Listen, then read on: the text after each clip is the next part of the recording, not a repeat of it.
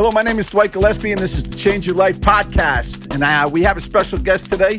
This is my personal trainer, Justin Yuen. Hello. And he is with Here We Go Fitness right here in Glendale, New York. And Justin's a little crazy because he actually believes that, as we were just saying, Glendale is like the garden spot of the world. And this is a man who's traveled, so he's seen other places, and he still prefers Glendale. So you got to love that, right? Anyway, welcome, Justin. Thank I want you. to say hello to you, and we're gonna ask Justin a few questions. First, why don't you tell us a little bit about your business? Tell us what you do. So I'm a personal trainer, nutrition coach. That takes care of question number 2. I deal more with programs that fit your life, your body, your schedule, your budget, instead of just giving you workouts. It's more of a training program to get you to an end goal. And I can attest to that as well. Justin is the guy that helped me get through the 75 hard. You all remember we went through that. We're going to be doing another one, right? Walter behind the mic there. We don't have him mic'd up because we gave his mic to Justin. We have priorities here. But we are going to be doing another one. I'm going away, be out in Encinitas, California from August 20th to the 25th. And then on the 26th, when I get back, I'm going to be right? Because I'm the only one doing this as far as I know, right? We'll beep that, right? We don't try not to swear. Anyway, yeah, right. Good luck. So the 26th, we're starting with that. And with that, I want to ask you, Justin, how did you get started in the fitness business? What was it that... So I picked a great time to do it, which is right around COVID. So I got certified as a trainer 1 year before COVID. I started training at one of the local gyms. And right when I was picking up, everything shut down. Nice. And then it became a terrible time. And somehow, some way, exercise inside became illegal, basically, in the state of New York, which was terrible. That's great. So we had to train people out. Eventually, we trained people outside in parking lots. And then I moved on from that to start my own business, which I have now. Now we're up to year 3, almost on year 4. Yeah. And this isn't your full-time business, though, right? No. Currently, I am splitting my day with. I work in TV as well. I'm a studio operations manager for a show at the NFL Network. So I've won a few awards. Yeah. So my day starts at 3 and my day ends at 9. So it's a long 3 a.m. to 9 p.m. day. So you say you do nutrition as well. Yes. And now that's something that not everybody partakes in, right? Yeah. So the thing is, it really does go hand in hand. You can't just for example, if your goal is to lose weight, nutrition is your 1, 2, 3, your top 10 things to do. Your first way. It's that important. However, nutrition alone can't get you to where you want to go as efficiently and as quickly as you'd like. So you kind of need to do both nutrition and exercise. At the same time, you can't just exercise every single day and eat like crap all day. And expect to lose weight either. You need the combination of both. See, because that's something that I often wonder about, because you hear people say that all the time. Which is more important, nutrition or exercise? And again, is there an age that things cross over? Because I know a lot of younger guys. I can eat whatever I want. I exercise all the time, and I say, it'll catch up. Yeah, and it'll be hard. So it all depends on your goal, but no matter what, in order to change your body or transform your body to either being a bodybuilder or all muscle or just lose weight or just feel better, what you put in is paramount.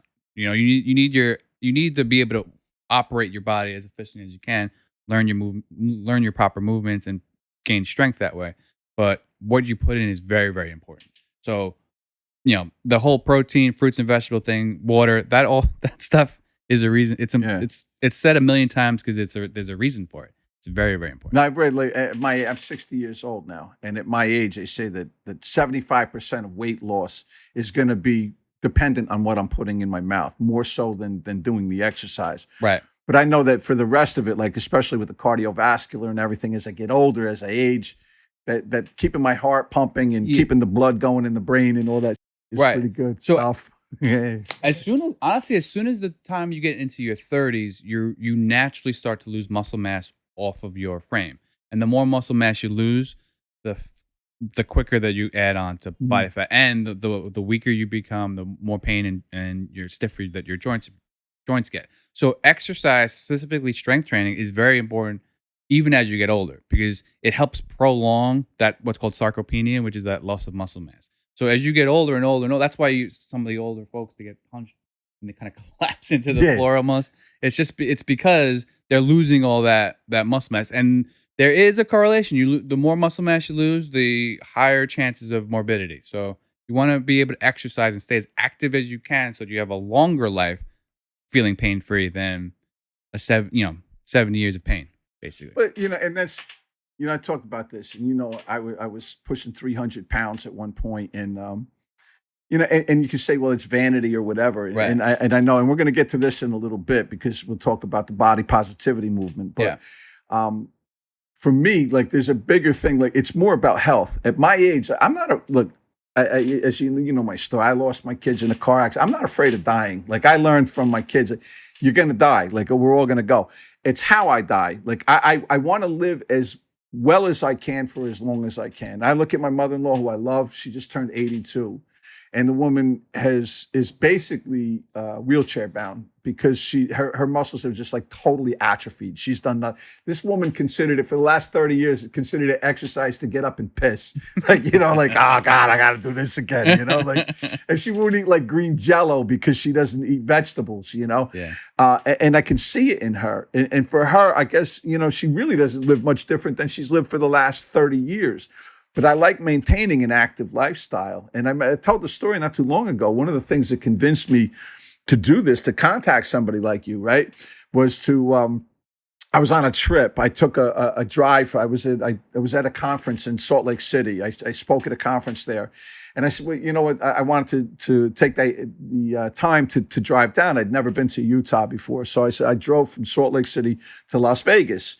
And I took 10 or 12 days, I think it was, to go. I wanted to go to like Zion and Moab and Bryce Canyon and all these great places, right?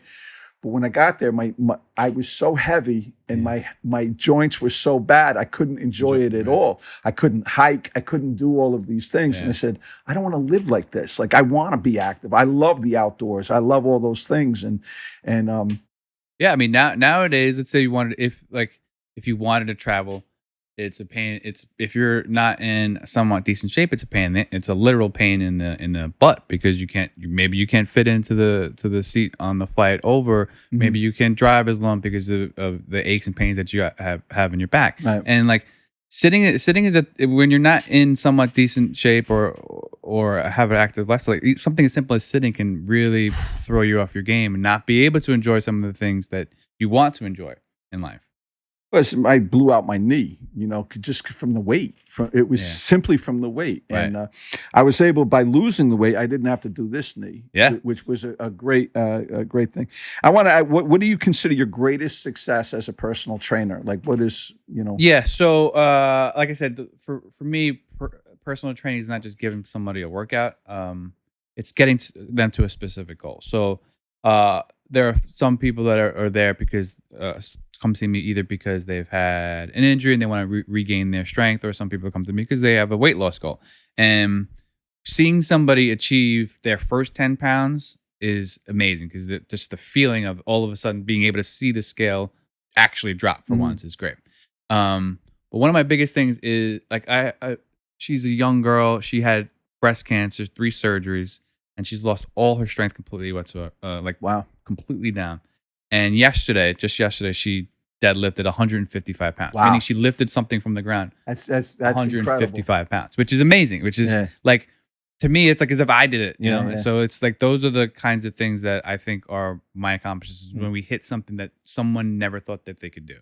75 straight days of 2-a-days and stuff like that. And I'm going to talk from personal experience in having worked with you. I mean, there's a reason that I wanted to talk to you here, and not to blow you up or anything like that, but let me tell you something. I don't know that I could have done the 75 hard without your encouragement and support.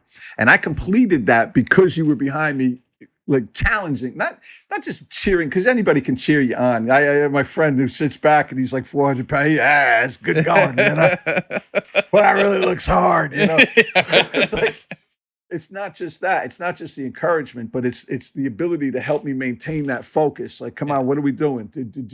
Because Justin, if you don't know, like, Justin has this thing where there's an app that you get an app with what he does, right? And you got to log in every day, and you got to, did you do it? Did you do it? Like I didn't see you do this. Yeah. You know, and let me tell you, and you say, look, it was a big part of me being able to do this and keeping me focused and keeping me on point and keeping me motivated to complete the task at hand, you know, and knowing that there's somebody there that seems to have a vested interest with me. And that was a big deal. I think part of the business, part of the deal is the accountability, the support, of course, and the motivation. There are infinite things that you anyone can do. Even Walter? Even Walter, whatever Walter wants to do, Walter can do. Sometimes you just need, you need a little help on the way. Like you can't get anywhere without somebody else's help. My mother had another example. She had back surgery 2 months ago. She did a 5K on Sunday, and she got a medal. That 5K. She placed. Yeah. I was supposed to run that 5K. I didn't. So I've been under the weather though, and I really have. I actually felt good when I woke up Sunday morning, and I felt like I'm like So I think that's part of the deal. I'm like, you know what it is? It's like the backup quarterback in a way. Like you're the star. The person who's got the goal is the star there, and I'm just there to help them see things from a wider perspective and help them get to where they want to go. I can't maybe do what your goal is, but I can get you there for sure. Do you ever consider a client a failure? So I take it a little bit more personally. If a client doesn't get somewhere, it's because I couldn't find their button to help them get there. So it's my fault. I have to take ownership of that. Do you really believe that? I do, because like I have zero like I'm only with somebody, let's say 60 minutes in a week, really, if they're a once a week session person, right? Or 120 minutes, 2 hours in a week if it's a twice a week person. So that's a lot of time where I'm not with you. That's why the app is so important to help keep things on track. And I realize that while I'm predominantly on the exercise part, and I give nutrition coaching, I don't physically control what you actually put into your mouth, or how often you sleep, or how much you hydrate, and that stuff.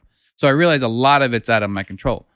But you're paying for a service. You're paying for something to help get you there. And I'm going to give my 100%. And if you don't give your 100%, then maybe I have to find a way to find a new level of motivation for you. And if I don't, then I failed. Yeah, it's funny. I'm in recovery. We talk about that from time to time, and I sponsor a lot of guys. For whatever reason, I've been asked to sponsor people, and I always consider it an honor. And I remember the first kid who went back out and used, and he died. He overdosed. He died, and I took it personally. And I remember my sponsor telling me, he said, "It's not your fault. Yeah. You did everything you could. Like, you can only present the information. You give the information, whether people accept it or not. That's on them." Right. And I think, because like, look, I know I've slacked, like the 75 hard ended, and as much as I'd like to blame you, I know in my head it doesn't work that way. Right.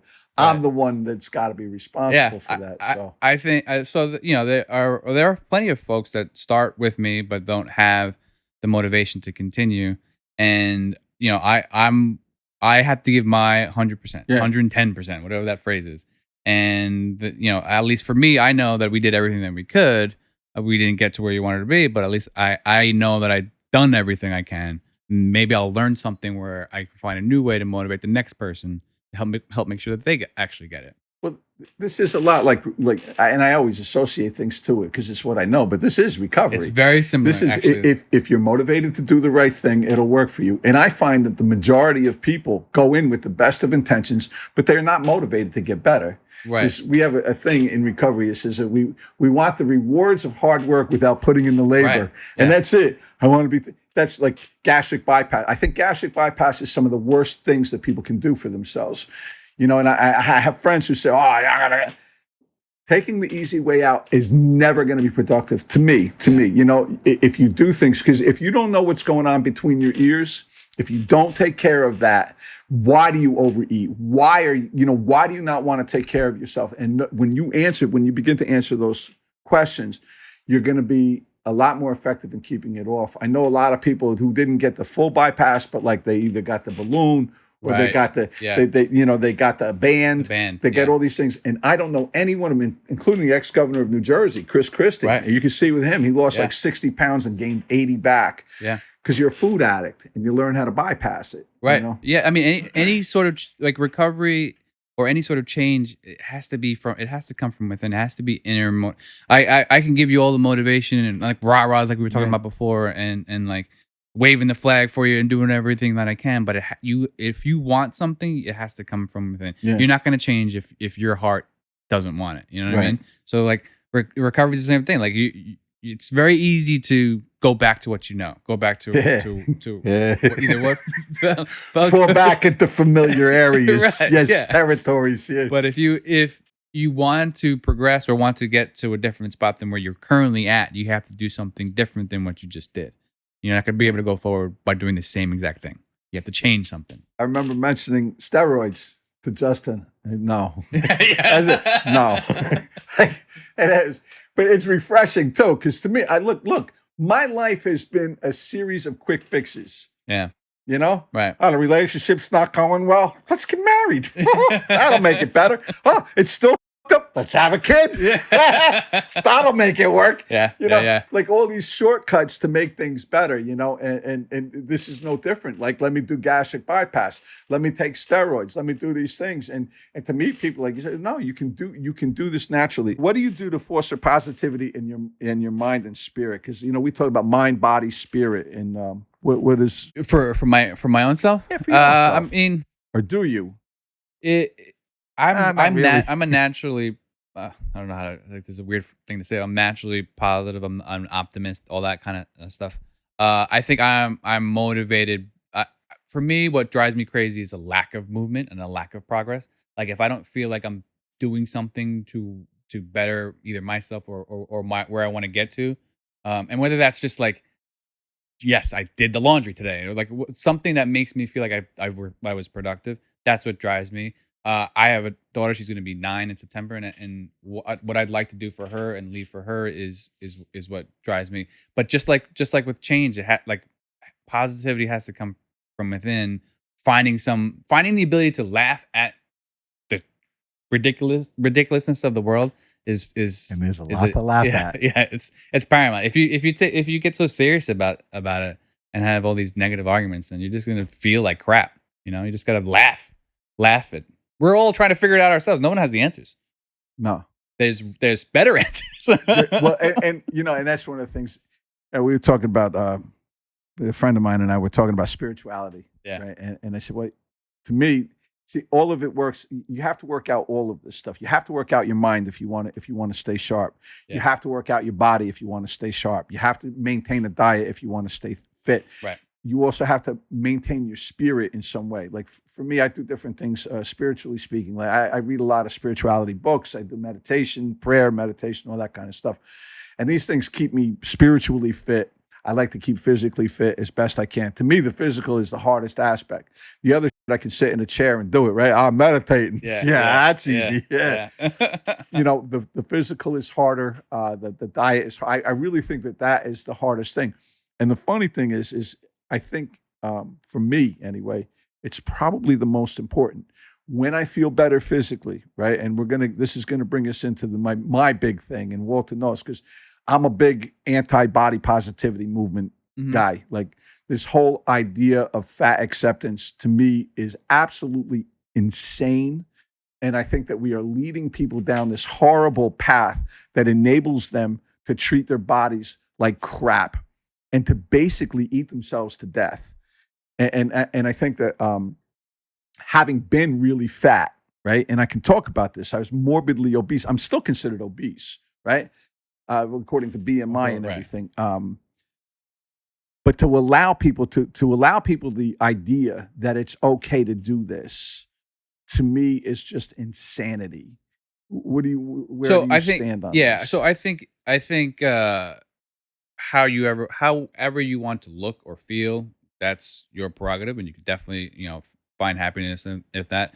In that, it's the health part. So like, if you're positive, if your body image is wherever it wants to be, and you want to change however you want to look or eat however way you want to eat, that's fine. But at some point, health wise, you may be crossing that line, and that's what I'm worried about. Like, yeah, so if you want to, So what about that healthy at any size? yeah, if you want to eat your way through the X's of your sizes, and if you're comfortable with that, living like that, that's fine for you. But at some point, you're risking your health, right? So if you want to eat Wendy's or McDonald's every single day, and you're okay with how your waistline is expanding, that's fine. I'm not. It's your body. You know, your body, your choice kind of deal.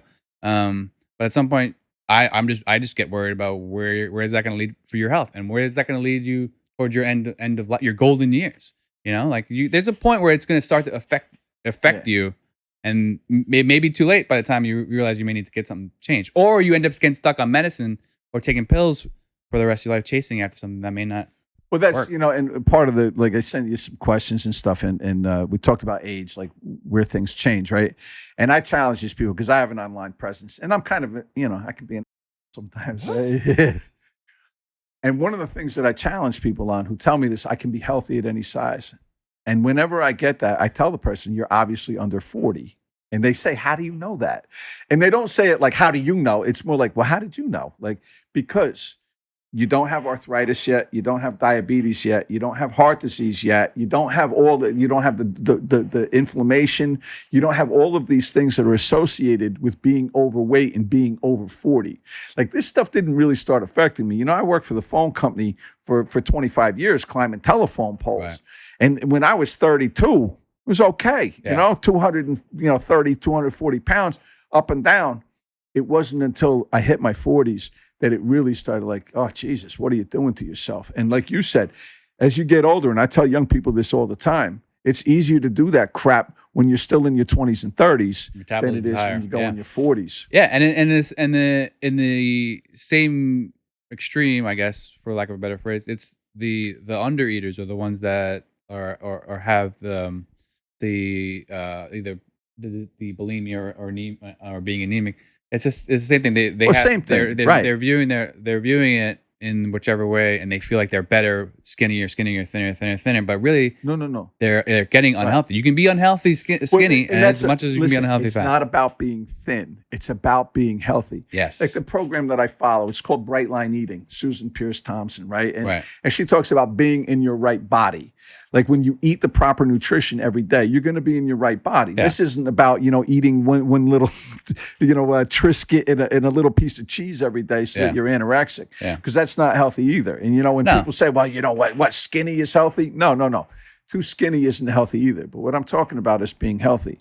And me personally, when I see these people go on, and unfortunately, I think that they convince a lot of young people that this is okay, that this behavior, when you talk about, I can be healthy at any size, and you have some wackadoodle doctor going, oh yeah, you can be healthy at any size.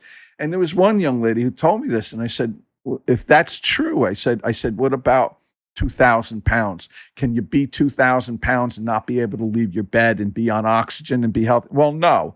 I said, well, then that means that there's a cutoff somewhere. So where is that cutoff? Right.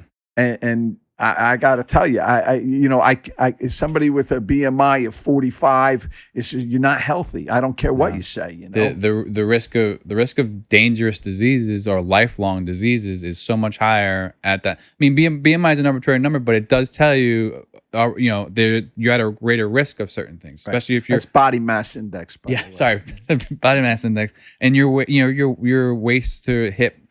It's a ratio basically.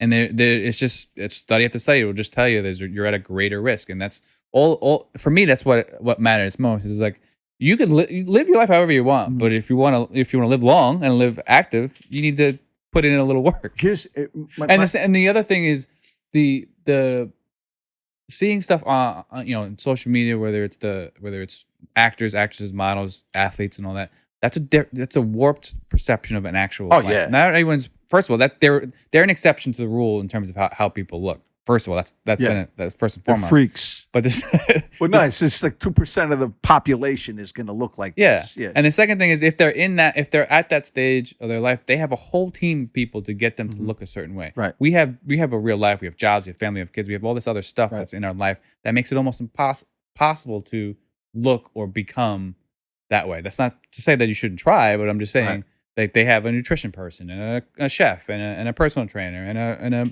physical Yeah, therapist, and they have all this stuff to get them where they are, whichever way they want to look. And then of course there's the plastic surgery, but that's a whole nother story. Leave it at that. Yeah. Well, no, I think the only problem that I have with this whole movement, I don't think anybody should ever be put down for the way they look. Yeah, of course, You never. look a certain way, whatever, and I don't believe in that. But what bothers me is people who try to convince others that this is okay to justify their own stuff.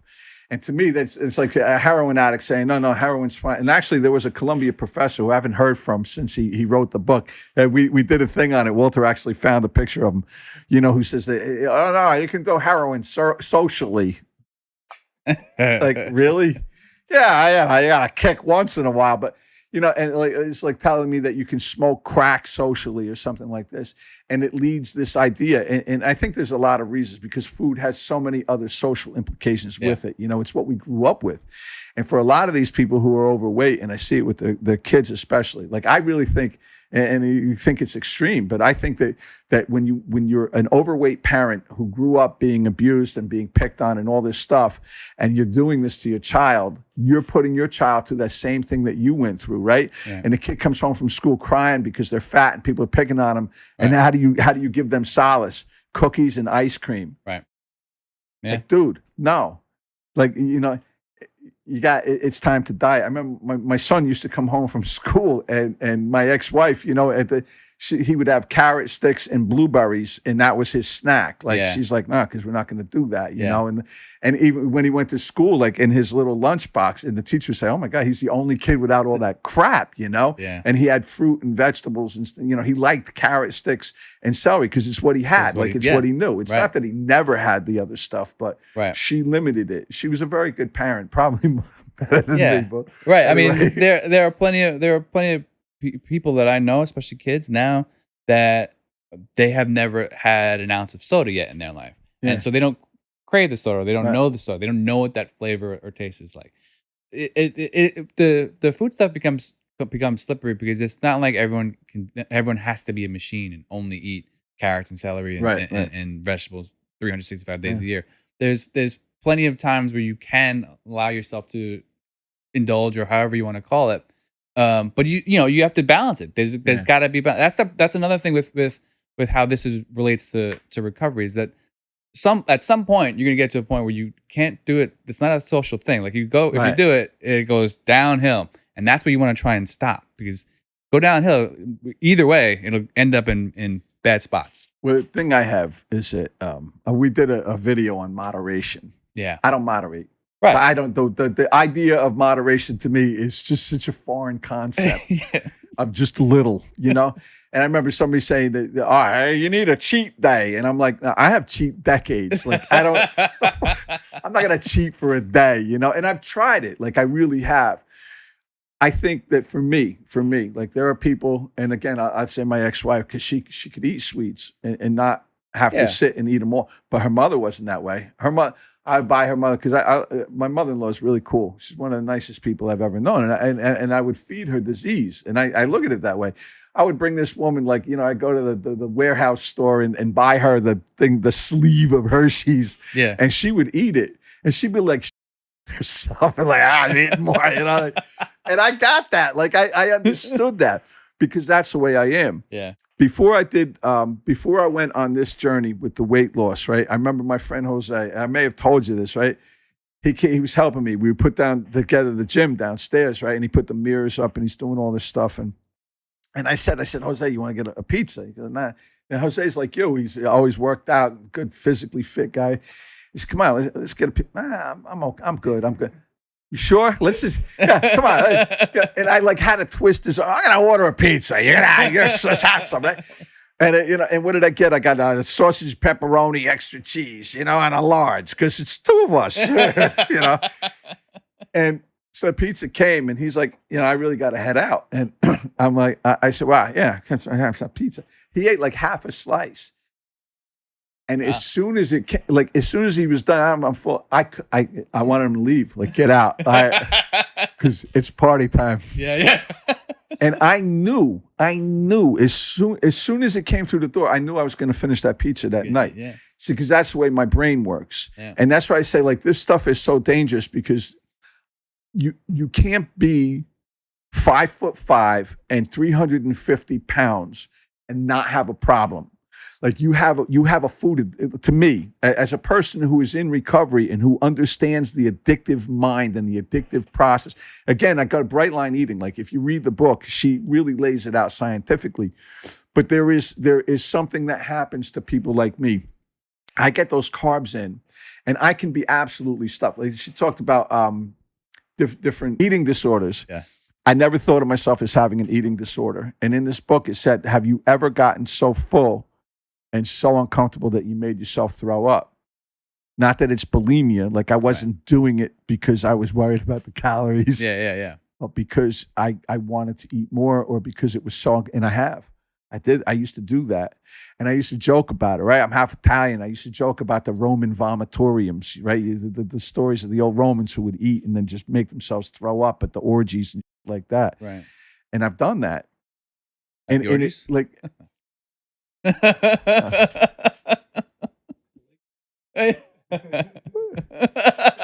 listen, don't judge. Yeah, right. And I told you this. I was sitting there when I was still married, and we were watching TV, and they came out with this little pill. It makes you feel full faster. And you know, my ex-wife said, well, maybe it'll help you, because she never gave me shit about the weight. But she said, maybe it'll help you. And I say, like, I've eaten 2 pounds of tortellini with a pound of bolognese sauce, a loaf of French bread with a pound of mozzarella, and you know, a stick of butter. And after that, like, put that down and then eat a half an Entenmann's apple pie with a pint of Haagen-Dazs ice cream.